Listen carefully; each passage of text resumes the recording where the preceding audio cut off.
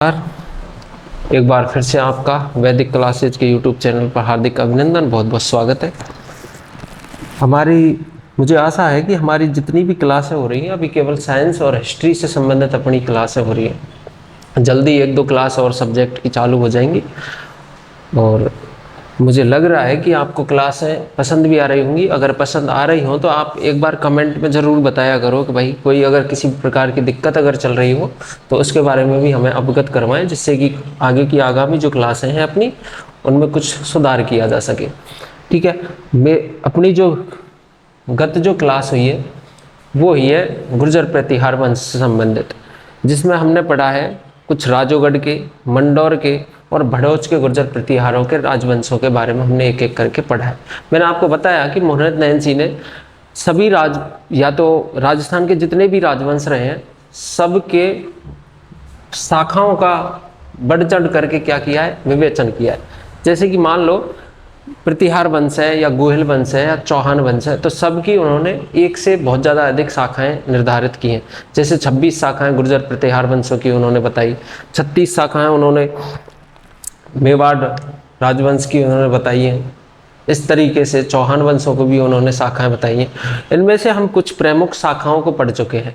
ठीक है, और केवल इतिहास जो अपना चल रहा है वो राजस्थान संदर्भ से संबंधित चल रहा है, जिसमें कि राजस्थान को सबसे ज़्यादा इम्पोर्टेशन इसमें दिया गया है सभी क्लासों में। तो यहाँ से ही हमने पढ़ा कि सबसे पहले जो गुर्जरों राजवंश जो है उसकी स्थापना जो होती है वो होती है कहाँ से, मंडौर से। ये हमने पढ़ा। मंडौर में भी किस व्यक्ति के द्वारा स्थापना की जाती है और बताया जाता है कि भाई आदि पुरुष जो रहा है वो कौन रहा है, हरिश्चंद्र जो है वो गुर्जर प्रतिहार वंश का जो है आदि पुरुष रहा है। हरिश्चंद्र के 3-4 पुत्र होते हैं, रज्जिल है, कक्कुक है, इस तरीके से दद्द है, ये आदि उनके पुत्र होते हैं और उनके द्वारा अलग अलग स्थानों पर क्या है, राजवंशों की स्थापना की जाती है। उसी वंश में आगे चल करके नागभट्ट प्रथम होता है और नागभट्ट प्रथम जो है वो बड़े कुशल प्रतापी शासक सिद्ध होते हैं और उनके ही द्वारा अन्य जो छोटे छोटे जो गुर्जर क्षेत्र थे उनको सबको संगठित करके और एक बड़े साम्राज्य में उनको क्या किया, तब्दील किया जाता है। ठीक है, और उसी राजवंश में आगे जो आता है तो राजस्थान से ही संबंधित है। राजस्थान में इस वंश को देखो, सबसे पहले जालौर पर अधिकार करता है कौन, नागभट्ट प्रथम, क्योंकि हम मान लेते हैं। दूसरा, इसे ही उज्जैन वंश भी अपन बोल सकते हैं और इसी को आगे चल करके इसे कन्नौज वंश भी बोल सकते हैं। ठीक है, अपन थोड़ा सा डिटेल से पढ़ेंगे तो पहले थोड़ा सा इसका पृष्ठभूमि समझ लेते हैं। जालौर में और मंडौर में ज़्यादा कुछ अंतर है नहीं है। जिस मंडौर पर जो अपना पहले का जो वंश शासन कर रहा था, यानी कि मंडौर राजवंश में ही हरिश्चंद्र के बाद में कुछ शासक होते हैं। ठीक है, जैसे रज्जिल शासक बनता है, उसी वंश में आगे चल करके नागभट्ट शासक बनता है। नागभट्ट इतना प्रतापी शासक है कि उसने अपने जो आसपास के क्षेत्र थे, यानी कि जालौर पास में ही पड़ता है, तो जालौर पर भी उन्होंने क्या कर लिया, अधिकार कर लिया।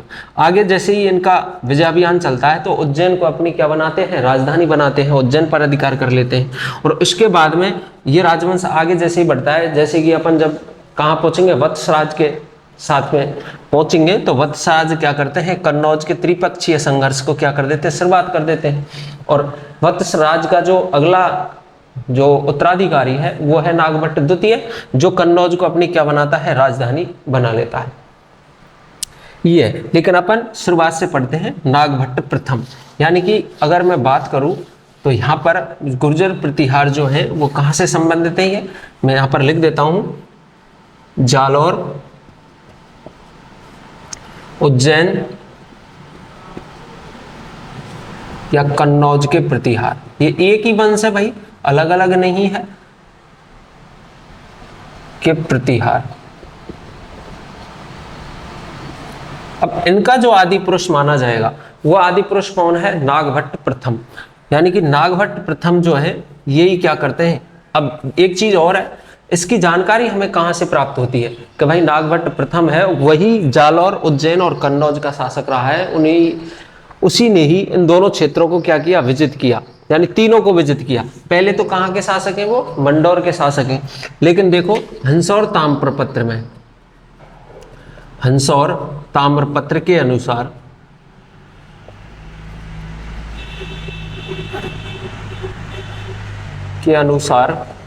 हंसौर जो ताम्रपत्र है वो है 735 ईस्वी का। ठीक है भाई, 735 ईस्वी का है। इसमें हमें किससे संबंधित जानकारी प्राप्त होती है, नागभट्ट प्रथम से संबंधित इसमें जानकारी हमें जो प्राप्त होती है। ये सॉरी 735 नहीं, यह है 756 ईस्वी का। ठीक है, इसमें जानकारी किससे सबसे ज्यादा प्राप्त होती है, नागभट्ट प्रथम की जानकारी हमें प्राप्त होती है, नागभट्ट प्रथम। और यही ताम्रपत्र है जिसमें नागभट्ट प्रथम की एक तो ईस्वी सन के बारे में पता लगता है, जैसे कि 730 से और 760 तक ये क्या करते हैं, शासन करते हैं। ईस्वी तक इनका क्या है, शासन काल माना जाए। ठीक है, दूसरा इसमें और क्या जानकारी मिलती है, इसी में नागभट्ट की एक उपाधि है जिसकी जानकारी हमें प्राप्त होती है, और वो उपाधि है नारायण की उपाधि। किसकी भैया, नारायण की उपाधि।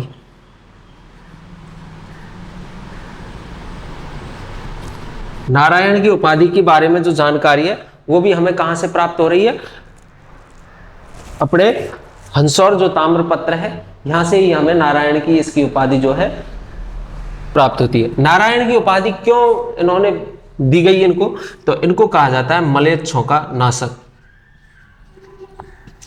मलेच्छों का नाशक इसे कहा जाता है। आप सब जानते हैं कि इन्होंने एक संघ का निर्माण किया। किनसे मलेच्छ किसको कहा गया, यानी कि जो भारतीय नहीं होकर के कौन से विदेशी जो जातियां थी उन सबको क्या कहा जाता था, मलेच्छ कहा जाता था, यानी कि जो विदेशी जाति थी। तो उस वक्त सबसे ज्यादा जो आक्रमण हो रहे थे वो कहां हो रहे थे, अरब के द्वारा, अरबियों के द्वारा आक्रमण हो रहे थे। कारण ये भी था कि जो फारस था उस समय फारस में इतना बढ़िया कोई शासक था नहीं है, क्योंकि फारस का जो साम्राज्य वो क्या हो गया था, विघटन हो गया था। तो अरबियों ने बहुत कम समय में ही संपूर्ण फारस को क्या है, विजित कर लिया था।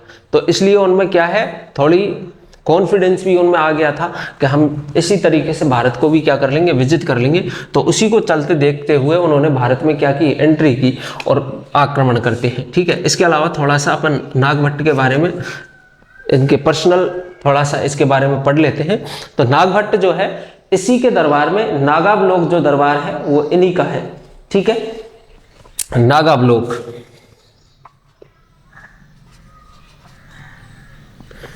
नागावलोक दरबार की स्थापना किसने की, दरबार। ठीक भाई, दरबार। दूसरा, इसे उज्जैन का संस्थापक भी माना जाता है, उज्जैन राजवंश का संस्थापक अपन बोल सकते हैं, उज्जैन वंश का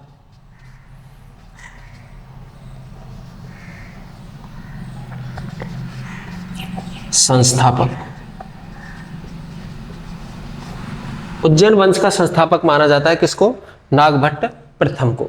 ठीक है भाई, इतनी जानकारी हमें यहां से प्राप्त होती है। इसके अलावा देखो और क्या हमें नागभट्ट प्रथम के बारे में जानकारी प्राप्त होती है, तो वो है इन्होंने पहली बार उज्जैन को क्या बनाया, राजधानी बनाया। उज्जैन को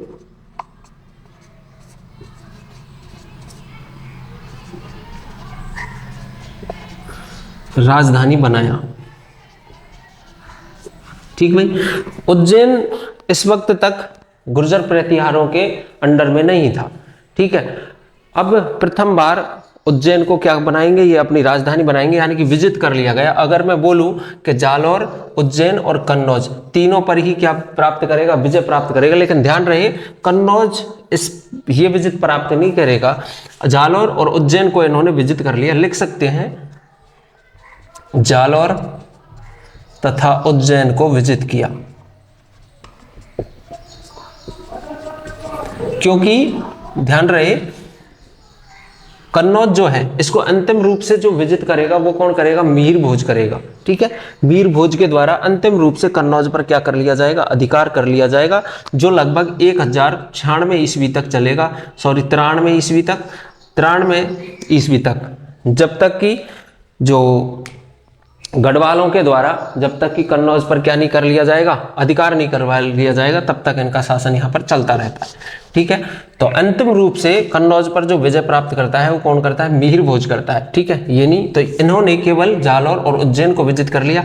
इसके अलावा जो आसपास के जो भी क्षेत्र थे, भड़ौच वगैरह, यहाँ तक इनका जो शासन पहले ही था। ठीक है, भड़ौच था, राजोगढ़ था। ठीक है, ये सभी इनके क्या है, अंडर क्षेत्र में आते थे। इसके अलावा ध्यान रहे मेवाड़, जोधपुर, ठीक है, मारवाड़, ये सभी इनके अधिकार क्षेत्र में आते थे। ठीक है, दूसरा इनका एक इंपॉर्टेंट काम जो था वो था अरबों पर विजय। अरबों पर विजय,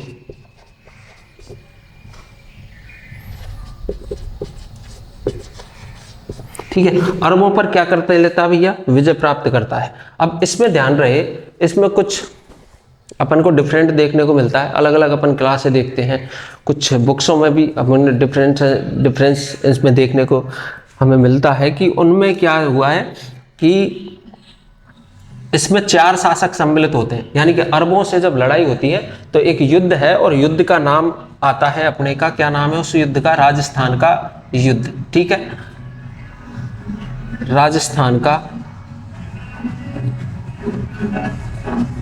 युद्ध से कहा गया है, किसका भैया, राजस्थान का युद्ध। अब ध्यान रहे, राजस्थान का जो युद्ध है इसमें चारों ही शासकों का नाम अपन ले आ करते हैं, जिसमें एक तो है चालुक्य वंशीय, दूसरा है गुर्जर प्रतिहार वंश, और तीसरा है गोहिल वंश, और एक और आता है राष्ट्रकूट वंश। ठीक है, चारों वंश है, चारों वंशों ने ही अरबों के विरुद्ध क्या है, लड़ाई लड़ी थी। ठीक है, यहां तक अपने को जानकारी ये मिलती है, लेकिन इसमें यह नहीं मिलता कि केंद्रीय प्रशासन उस वक्त किसके पास था, केंद्रीय शासक कौन था यहां पर।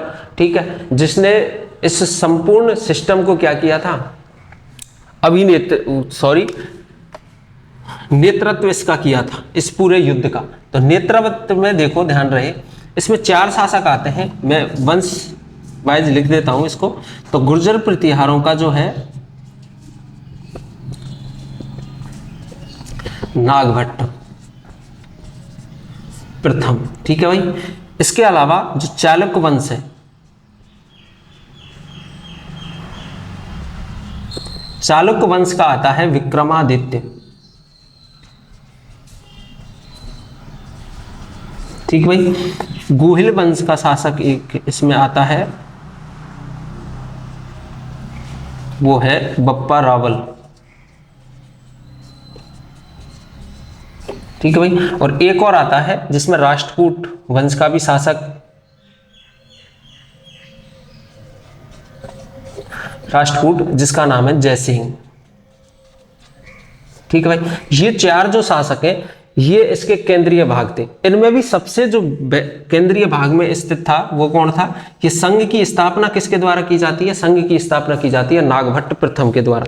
यानी कि नागभट्ट प्रथम जो है वो अरबों से लोहा लेने के लिए ये संघ क्या करता है, गठन करता है। दूसरी चीज ये है कि इसी हंसौर जो ताम्रपत्र है 756 का, ठीक है, इसके अलावा जो घटियाला का अभिलेख है वो हम पहले पढ़ चुके हैं, और उनमें भी बताया गया है कि जो गोहिल, चौहान, परमार,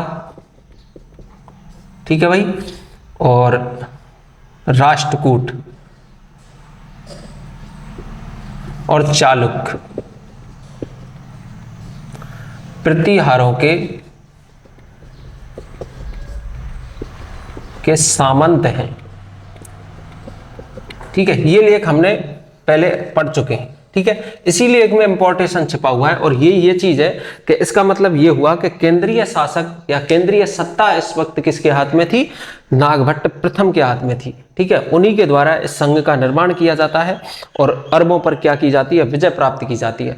तो थोड़ा सा आप इसका स्क्रीनशॉट ले लें, उसके बाद में हम देखते हैं कि किसके द्वारा अरबों पर, और अरबों का जो अभिनेता था वो था कौन, यानी कि जो अरबी थे उनको कौन नेतृत्व प्रदान कर रहा था अरबियों की तरफ से। तो उनको भी हम एक बार जानकारी कर लेते हैं कहां पर ये युद्ध होता है। तो स्क्रीनशॉट लें इसका।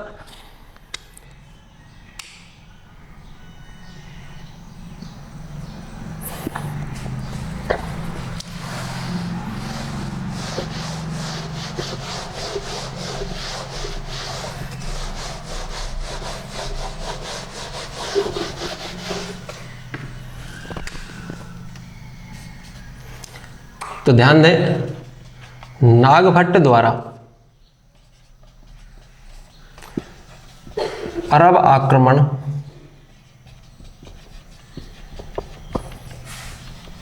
विफल करने के लिए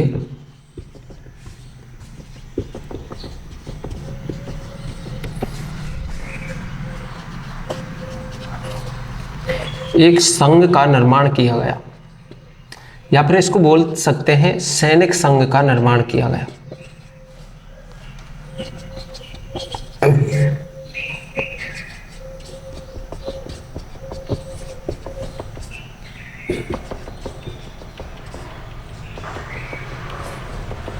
ठीक है भाई, युद्ध होता है कहां पर? फारस।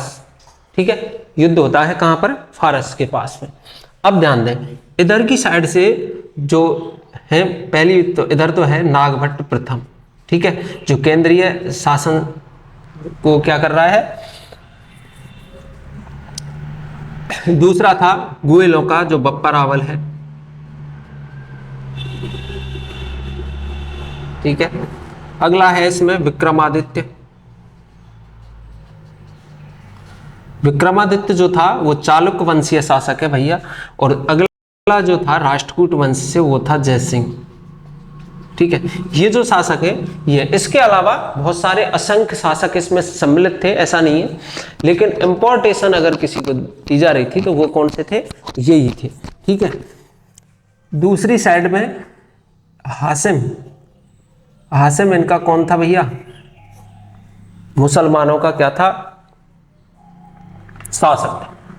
ठीक है, और इसी का सेनापति, यानी कि हासिम का सेनापति जुनैद, जुनैद के द्वारा युद्ध का नेतृत्व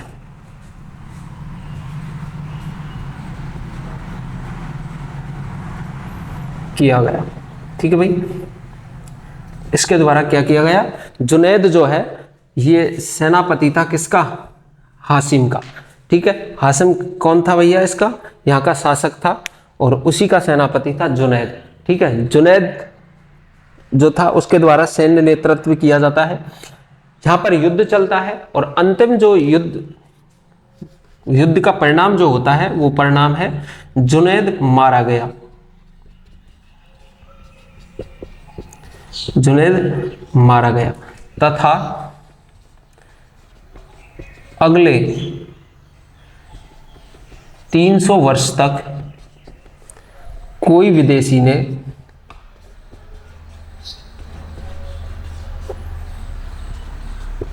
भारत की पर आक्रमण नहीं किया।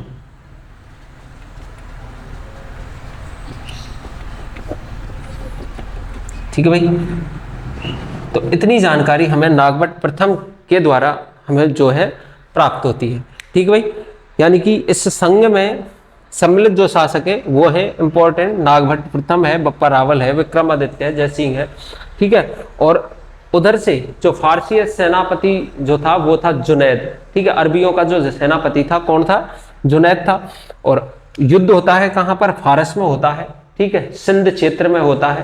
ठीक है, यहीं पर होता है, और इसी युद्ध में जो जुनैद है वो मारा जाता है और युद्ध समाप्त होता है, जिसमें अरबियों की क्या है, बहुत जबरदस्त क्या होती है, शिकस्त होती है। और उसके बाद में अगले 300 वर्ष तक कोई भी विदेशी आक्रमण इधर भारत में नहीं कर पाता है। ठीक है, इस युद्ध का ये परिणाम होता है। तो आप इसका स्क्रीनशॉट लें और आगे देखते हैं।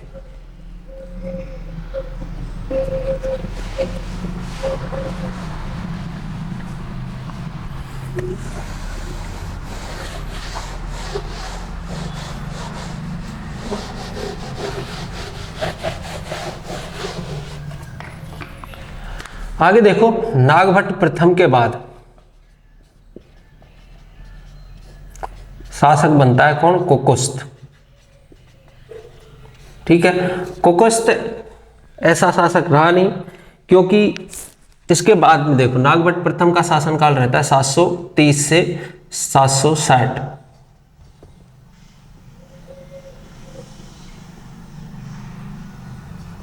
ठीक भाई। और उसके बाद में आता है कौन, देवराज। और देवराज के बाद में इंपॉर्टेंट जो शासक आएगा उसी का नाम है वत्सराज। ठीक है, ये वत्सराज है। इसी के द्वारा त्रिपक्षीय संघर्ष की क्या की जाती है, शुरुआत की जाती है। और किसको लेकर के शुरुआत होती है, कन्नौज को लेकर के इसकी शुरुआत होती है। ठीक है भाई। और शासक बनता है ये 783 ईस्वी में। 783 में क्या बनता है, शासक बनता है। और इसी के द्वारा किसकी क्या की जाती है, त्रिपक्षीय संघर्ष की शुरुआत की जाती है। और 783 से 795 ईस्वी तक ये शासक रहता है। ठीक है, इसके द्वारा त्रिपक्षीय संघर्ष की शुरुआत।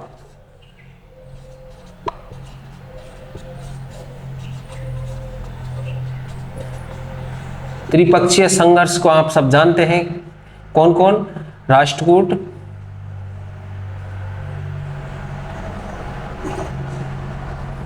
पाल और गुर्जर। ठीक है, इन तीनों के मध्य में क्या होता है, त्रिपक्षीय संघर्ष होता है। संघर्ष का मेन जो कारण था वो कारण था कन्नौज को लेकर। इस वक्त में कन्नौज में क्या था कि कन्नौज में एक तो बहुत ज्यादा क्या है, कपासीय क्षेत्र था, वस्त्रीय क्षेत्र था। तो यहाँ पर बहुत ज्यादा क्या था, उद्योग धंधे थे। ठीक है, यानी कि कुटीर लघु उद्योग जो थे बहुत ज्यादा थे। दूसरी चीज, यहाँ पर इस क्षेत्र में, ये क्षेत्र भी ऐसा था जहां पर बहुत ज्यादा क्या है, खेती भी की जा सकती थी, पानी वगैरह आदि की क्या है पूर्णतः सप्लाई यहाँ पर थी। ठीक है, इसी को लेकर के यहाँ पर क्या होता है, संघर्ष होता है कन्नौज को लेकर के। और इस कन्नौज को लेकर के 3 राजवंशों में युद्ध चलता है, जिसमें है राष्ट्रकूट, पाल और गुर्जर प्रतिहार वंश। ठीक है, अधिक क्लास बड़ी होने के कारण क्लास अपन यहीं रोकेंगे। दूसरी चीज ये है कि आपको अगर क्लास पसंद आ रही तो शेयर अवश्य किया करो क्लास को। और एक अपनी जितनी भी क्लासें हो रही हैं, जो भी सब्जेक्ट से हो रही है, एक चीज़ मैं आपको बता देता हूँ कि आप उन सभी क्लासों के नोट्स बनाते चलें। क्योंकि निश्चित रूप से आप एक बार जरूर से अपनाइएगा हमारे जो नोट्स हैं उनको। आपको 100% किसी भी एग्जाम, अपन कोई सी एग्जाम दे रहे हो, राजस्थान से संबंधित कोई सी एग्जाम है, तो राजस्थान से संबंधित जो जितनी भी एग्जाम्स हैं अपन की, तो उन सब में हमारी इन में से बहुत ज़्यादा आपको क्वेश्चंस देखने को मिलेंगे। ठीक है, एक बार आप उनके नोट्स तैयार करें, एक बार उनको पढ़ें और एग्जाम देवें, तब आपको पता चलेगा कि कितना आपको इसका फायदा होने वाला है। ठीक है, दूसरी चीज़ ये है कि आपको अगर किसी प्रकार की कोई कमी क्लासों में दिख रही है तो आप उस कमी से अवगत अवश्य करवाएं हमें, जिससे कि आने वाली जो अन्य क्लासें हैं उनमें हम सुधार कर सकें। ठीक है, और क्लासें लगातार आप देखते रहिए। धन्यवाद, बहुत बहुत धन्यवाद क्लास देखने के लिए।